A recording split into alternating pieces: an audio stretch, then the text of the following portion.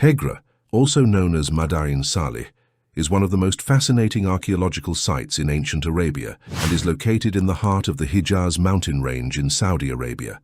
Abandoned during the Islamic era, Hegra was only rediscovered in modern times through archaeological studies.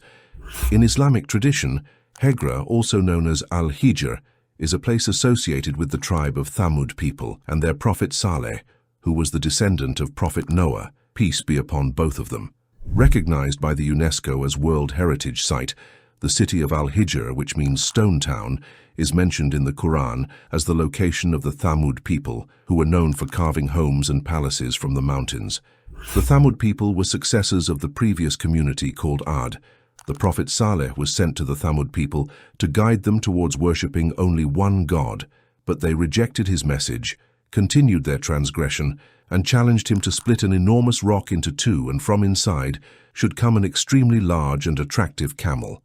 They improvised further, adding that the camel must also be a female, 10 months pregnant, and be able to produce milk for the entire city. Allah then ordered the rock to split into two, and from it came out a she-camel with all the characteristics they required. The one condition Prophet Saleh, peace be upon him, warned against was not to harm that animal, because the consequences would be immediate and catastrophic. Allah gave the verdict that the she-camel will drink water from the well one day, and the next day, the rest of Thamud people will have water from the well for themselves. It so happened that the day the she-camel drank water from the well, others would get milk from the she-camel instead of water, in such quantity that they would fill out their water containers with it. But the people of Thamud could no longer bear this. They found the drinking schedule bothersome.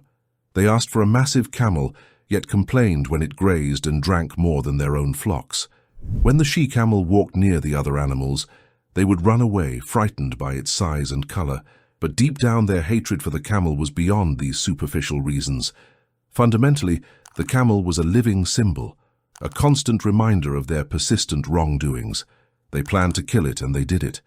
When they killed the sacred camel instead of caring for it, they were punished with an earthquake which came in the middle of the night, and they were all dead.